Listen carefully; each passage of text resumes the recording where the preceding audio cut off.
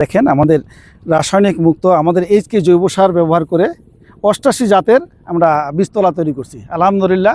দেখেন যে কোনো আশেপাশের রাসায়নিকের আছে এবং আমাদের রাসায়নিক মুক্ত কোনো অংশে কোনো পার্থক্য নাই।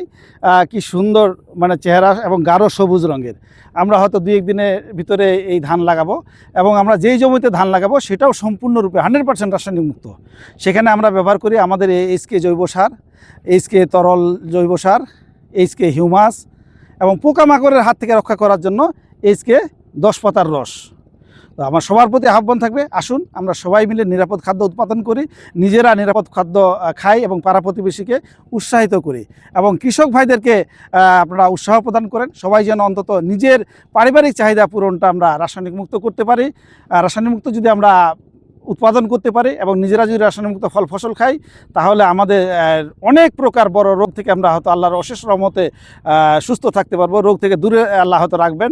যেমন ধরেন যে হার্টের রোগ, কিডনির রোগ, তারপর ডায়াবেটিস, এগুলির কিন্তু অন্যতম প্রধান কারণ হলো আমরা যে ব্যবহার করতেছি সার এবং কীটনাশক। যত বেশি আমরা সার কীটনাশক ব্যবহার করব তত কিন্তু আমাদের শরীর অসুস্থ হবে। আর যদি আমরা রাসায়নিক মুক্ত ফল ফসল করতে পারি, তাহলে আমরা আমাদের এই খাদ্যটা ওষুধ হিসাবে কাজ করবে। খাদ্য কিন্তু ওষুধ হিসাবে কাজ করার কথা, কিন্তু তার উল্টা হয়ে গেছে, খাদ্য আমাদের স্লো পয়জন হিসাবে কাজ করতেছে।